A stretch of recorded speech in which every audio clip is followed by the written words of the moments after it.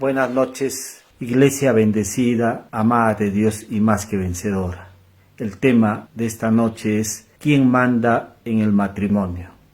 La vida matrimonial tenemos que entenderla que fue diseñado por Dios para expresar o ilustrar la unión de Cristo en la Iglesia. Si queremos ver cómo es esta unidad de Cristo con la Iglesia, tenemos que verlo en el matrimonio. Si queremos ver cuánto Cristo ama a la Iglesia, lo tenemos que ver en el matrimonio. El matrimonio es un diseño de Dios. La carta de Efesios, capítulo 5, versículo 31, dice así: Por esto dejará el hombre a su padre y a su madre, y se unirá a su mujer, y los dos serán una sola carne. Grande es este misterio, mas yo digo esto respecto a Cristo y de la Iglesia. Aquí el apóstol Pablo está poniendo en conocimiento algo que ya estaba en un inicio, en los orígenes de la creación del hombre. Dios ya había hablado que el hombre debía dejar padre y madre y se iba a unir a su mujer y iban a ser una sola carne. Pablo está hablándole ahora a los matrimonios para que ellos tengan conocimiento acerca de estas verdades, para que ellos puedan entender la unidad que hay dentro del matrimonio. Dice, dejará padre y madre y se unirá a su mujer y serán una sola carne. El siguiente versículo dice, grande es este misterio, mas yo digo esto respecto a Cristo y de la Iglesia. O sea que el matrimonio es un misterio que para que nosotros lo podamos conocer necesitamos la ayuda de Dios para entenderlo. Además es un misterio porque expresa un misterio mucho más elevado, que es la unión de Cristo y la Iglesia. El matrimonio es un misterio. ¿Y en qué consiste este misterio? Es que Dios ve una unidad en el matrimonio. Dios ve a uno en el matrimonio. Cuando Dios creó a Adán en el Génesis, vemos que Dios le delega una responsabilidad a Adán y le dice que él tenía que poner los nombres a los animales, además de administrar el huerto. Adán empezó a trabajar ahí en el huerto y era un trabajo arduo, poner los nombres, imagínense pues a miles de animales que habían dentro del huerto. Iba poniendo Adán los nombres a los animales y dice la escritura que vio Dios que no era bueno que el hombre esté solo. Y dijo Dios, le haré ayuda idónea. Entonces lo hizo dormir a Adán y mientras Adán dormía, de su costado Dios sacó a Eva. Dios abrió su costado, dice, y de ahí sacó a Eva. Esto quiere decir que Dios, Él ya veía en Adán a Eva. Adán estaba trabajando dentro del huerto. Él no estaba viendo a Eva, pero Dios sí lo estaba viendo. Dios sí sabía que en él estaba Eva. Por eso es que lo hizo dormir y dice, de su costado sacó a Eva. Cuando Adán se despertó, él expresó estas palabras, esta es carne de mi carne, hueso de mis huesos. Él afirmando que Eva era parte de él. Eva había sido sacado de él. Eva ya había estado en el cuerpo de Adán. Eva no fue sacado de la tierra. Dice, del polvo de la tierra Dios lo hizo a Adán. Pero Eva no fue sacado de la tierra. Eva fue sacado de Adán. Dios estaba viendo siempre una unidad. Él no ve a Adán separado de Eva. Adán, en él estaba Eva. Y Dios siempre está viendo a uno. Él no está viendo a dos. Adán llevaba dentro de sí a Eva. Eva estaba escondida en Adán. Esto es el misterio. Así como Cristo y la Iglesia son uno. Porque dice el que se une al Señor, un espíritu es con él. Cristo y la iglesia también son uno. Y de Cristo fue sacado la iglesia. La iglesia no vino o apareció así nomás, sino que la iglesia fue también sacada de Cristo. Y Dios, cuando ve a la iglesia, también ve uno. Dios, cuando ve a su Hijo, en Él está viendo también a la iglesia del Señor. No están separados, son uno. Y de igual manera el matrimonio, claro, hay diferencias en la parte física, pero Adán y Eva son uno. Ellos se unieron en matrimonio y Dios los ve a ellos en una unidad. Dios lo que ve es uno, no ve a dos. Está viendo a una sola persona. Claro, hay diferentes voluntades, diferentes deseos. Eso es en el plano almático, físico, pero en el ámbito espiritual Dios está viendo uno. Para conocer más respecto a este misterio del matrimonio, esto no es posible que lo podamos conocer a través de la ciencia psicológica, a través del humanismo, a través de libros que hablen acerca de la familia. Esto es un asunto espiritual. El matrimonio responde a un diseño, pero un diseño espiritual. Dios creó el matrimonio y los unió a esta pareja. Y para conocer la grandeza de este misterio que es el matrimonio, esto no te lo da a conocer tu parte almática, tu mente. Esto responde a un hecho espiritual y tenemos que comprenderlo de espíritu a espíritu. Que Jesús dijo, las palabras que yo os he hablado son espíritu y son vida. Pablo también dice que el espíritu da testimonio a nuestro espíritu de que somos hijos de Dios. Romanos 8:16. O sea que el espíritu mismo se comunica con nuestro espíritu. El espíritu nos da a conocer la grandeza de este misterio. Pero para que el espíritu se comunique con nuestro espíritu, nosotros tenemos que tener el conocimiento de la palabra de Cristo. En la medida que tengamos el conocimiento de la obra de Cristo, de la palabra de Cristo, entonces veremos la acción del Espíritu Santo, revelándonos, dándonos entendimiento, dándonos a conocer la grandeza de este misterio que es el matrimonio. El matrimonio en muchas creencias religiosas lo han tomado como un asunto de jerarquía, de dominio. Lo han tomado como un asunto de jerarquía, porque hay textos que mencionan, justamente en Efesios 5:23 dice, porque el marido es cabeza de la mujer, así como Cristo es cabeza de la iglesia, la cual es su cuerpo, y él es su salvador. ¿Qué más dice en Efesios 5:24? Así que como la iglesia está sujeta a Cristo, así también las casadas lo estén a sus maridos en todo. Hay dos verdades que debemos tener en claro. Uno dice que Cristo es cabeza de la iglesia. La palabra cabeza, muchos lo han tomado como jerarquía, dominio, mando. Claro, en el griego es kefalé y significa procedencia, origen. En las escrituras vamos a ver que esta palabra cabeza tiene que ver con responsabilidades, tiene que ver con orden, tiene que ver con funcionamiento. Imagínense que nosotros tenemos el cerebro imparte órdenes al cuerpo, le da órdenes al cuerpo para que se muevan. El cerebro, claro, comanda, dirige. Sin el cerebro no habría un buen funcionamiento de nuestras extremidades, de todo el funcionamiento anátomo y fisiológico de nuestro cuerpo.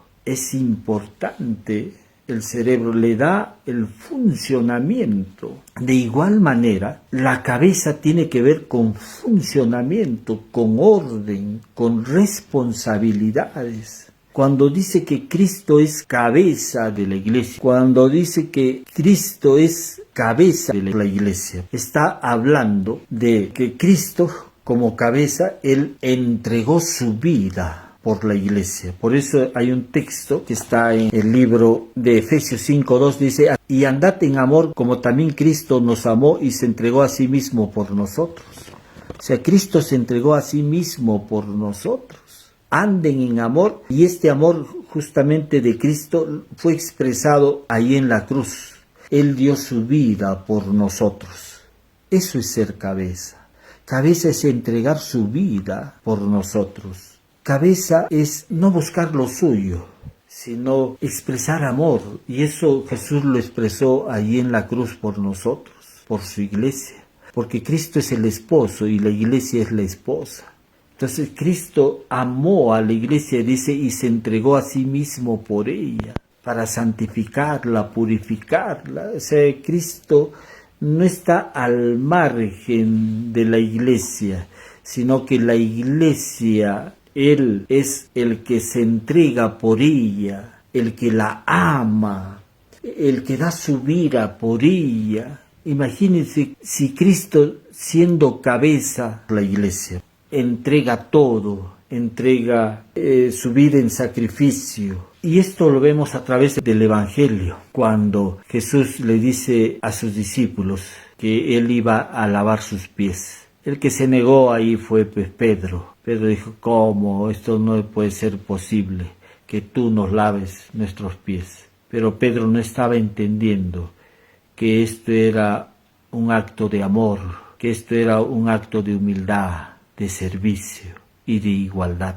Porque nosotros no podemos estimar mayor a la cabeza y menospreciar el cuerpo. No es un asunto jerárquico, esto es un asunto de orden, de funcionamiento, de diseño, de propósito. Dios, cuando lo puso al varón como cabeza de la mujer, eso es lo que Él estaba expresando, que el matrimonio es un diseño de Él cuya finalidad era el orden, el funcionamiento. Cuando Dios está diciendo que el varón es cabeza de la mujer, no es para que Él jerarquice eso, o que también tome un valor posicional, un valor como cabeza el varón, y diga: no, a mí me tienes que obedecer, tú cállate la boca, aquí el único que manda soy yo. Pero esto no es así, no fue el deseo de Dios. Cuando Cristo, Él estuvo aquí en la tierra, a través de esta figura del matrimonio, de Cristo, que es el esposo, y la mujer, la iglesia,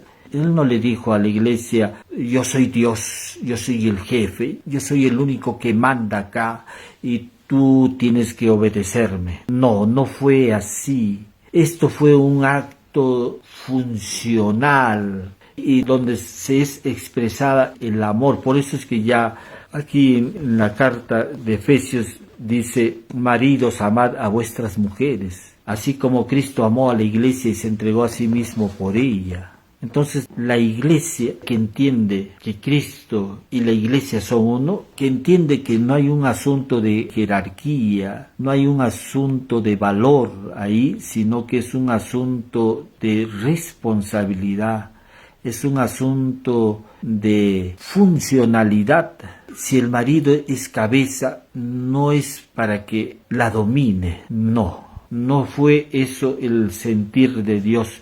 Y Jesús lo expresó, ¿no? Amando a la iglesia, sirviéndola, amándola, viéndose como uno, porque tú no dañarías a tu propio cuerpo. El que daña a su propio cuerpo, esta persona no está entendiendo en realidad el uno, no está entendiendo que él como persona tiene un valor. Claro, hay personas que se dañan, se hacen cortes, daños a su propio cuerpo. Es porque está mal esa persona. Esa persona no se quiere, no se ama, porque el que ama realmente no se hace daño. Y Cristo más bien nos ha expresado su amor a nosotros, la iglesia. Se ha entregado a sí mismo en sacrificio vivo, santo, agradable a Dios.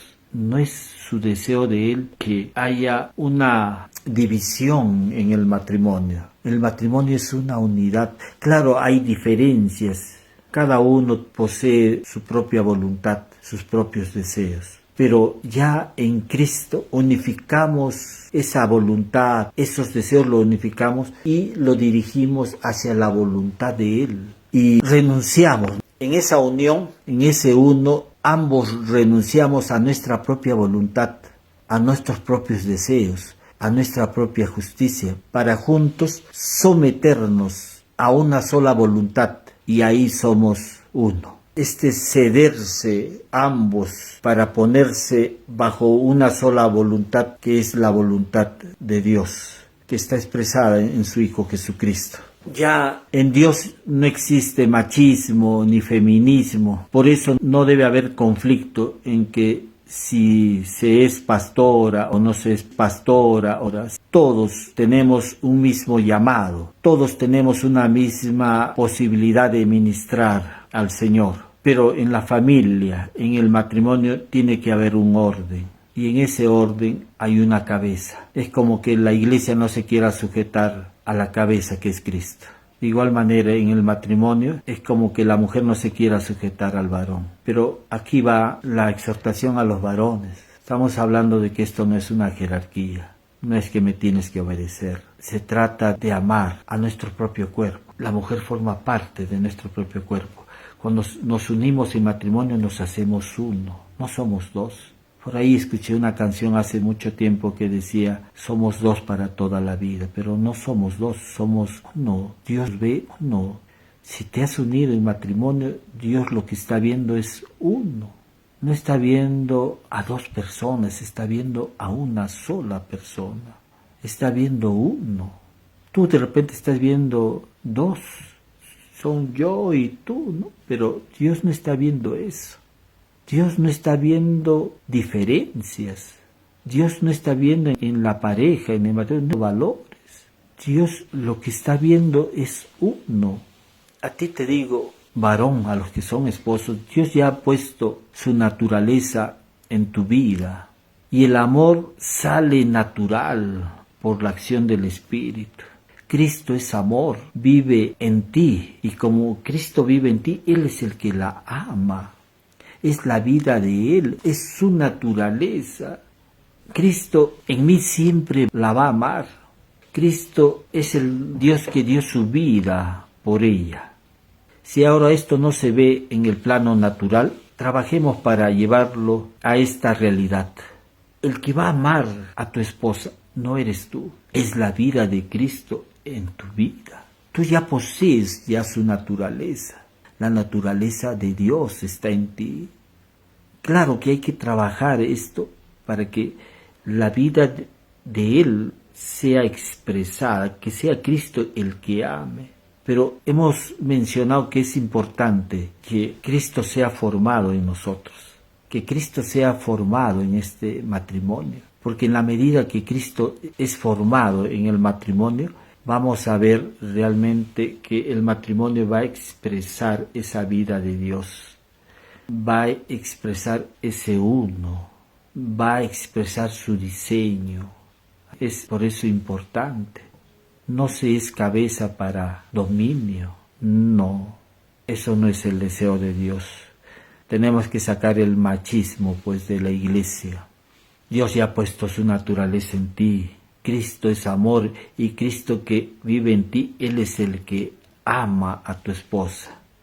Si Cristo que vive en ti es la vida de Él la que va a ser expresada en el amor por tu esposa.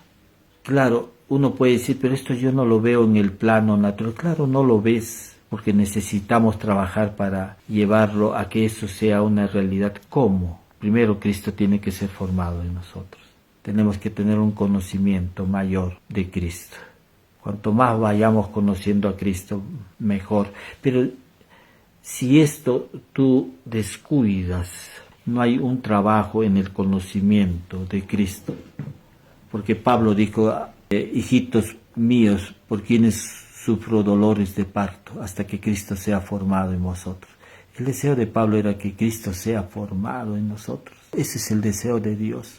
Pero si tú dices, no importa, para mí el matrimonio tiene que ver con un asunto de ponerse de acuerdo. Tampoco es un asunto de ponerse de acuerdo. Es ceñir todas nuestras voluntades de cada uno, del varón y de la mujer, y dirigirla a una sola voluntad, que es la voluntad de Dios. Y ahí somos uno. O sea, no se trata de tu voluntad, no se trata de tus fuerzas, no se trata de tus deseos, se trata de la voluntad de Él, del deseo de Él. Si no, no vas a poder amar a tu esposa. Solamente se va a poder amar a la esposa en la medida que Cristo sea formado en nosotros. Si tú no consideras eso importante, el libro de Eclesiastés 10:8 dice: el que abre brecha en el muro le morderá la serpiente. Si tú en algunas áreas de tu vida tú no valoras los principios cristianos, lo más probable es que en esas áreas el enemigo pueda tomar ventaja. Dice: el que abre brecha en el muro le picará la serpiente. Tarde o temprano, el no conocer estas verdades te va a llevar al fracaso dentro de la familia o dentro del matrimonio. Tú tienes que concebir un matrimonio bajo el diseño de Dios. Dios lo que está viendo en el matrimonio es uno, no son dos. Y tú no puedes dañar tu propio cuerpo. Si parte de tu cuerpo es tu esposa, más bien tienes que amar tu cuerpo, honrarla, servirla, amarla. Eso es lo que tenemos que hacer los varones. Y vamos a ver cómo cuando el varón hace eso, fácilmente la esposa se va a sujetar. Ella no va a decir: no me tengo que sujetar. Se va a sujetar, porque donde hay amor hay sujeción. No podemos vivir al margen de estos principios. Si tú estás abriendo brecha en el muro, en alguna área de tu vida, va a haber problemas, aún en tu crecimiento espiritual. Tú no puedes decir: no, a mí no me interesa pues estos principios. Aquí se trata de ver la familia de otra manera.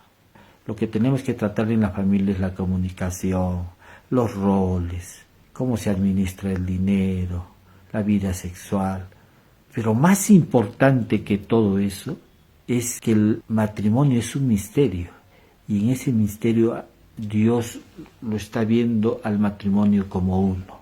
Él está viendo el matrimonio como una cuestión de orden, de funcionamiento. Amén. Si hay alguien que desea recibir a Jesús en su corazón, lo voy a guiar en una oración. Repite conmigo: Señor Jesús, este día te agradezco por las cosas que tú me has enseñado para mi vida matrimonial y para mi vida personal. Gracias por el amor que tú has mostrado por tu iglesia. Gracias por amarnos. Te recibo en mi corazón reconociéndote como mi único Señor y Salvador. Gracias, Jesús. Hago esta oración en el nombre precioso de Jesús.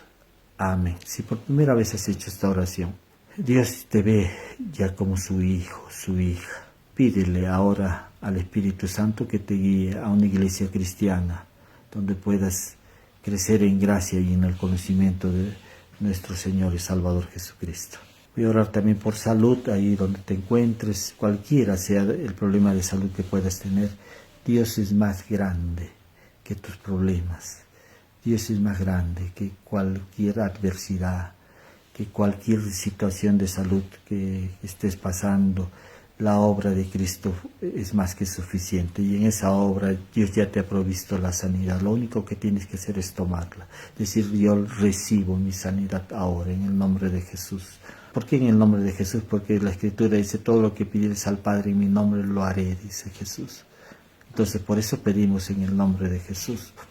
Voy a mencionar los posibles problemas de salud que puedas tener, y cuando esté mencionando el problema de salud que puedas tener, tú ahí donde te encuentres, recibo ahora mi sanidad, lo recibo en el nombre de Jesús. Señor, te pido por las personas que tengan problemas de salud, Señor, de riñones, pulmones, hígado, vesícula, páncreas, los huesos, la dermis, las funciones cerebrales, los lóbulos, Señor, parietal, temporal, occipital, frontal. Señor, en el nombre de Jesús, te declaramos sano por la llaga de Cristo. Están restaurados todas tus neuronas. En el nombre de Jesús te declaramos sano. La visión, audición, del gusto, el olfato, todo está bien en ti. En nombre de Jesús te declaramos sano. Recíbelo ahora.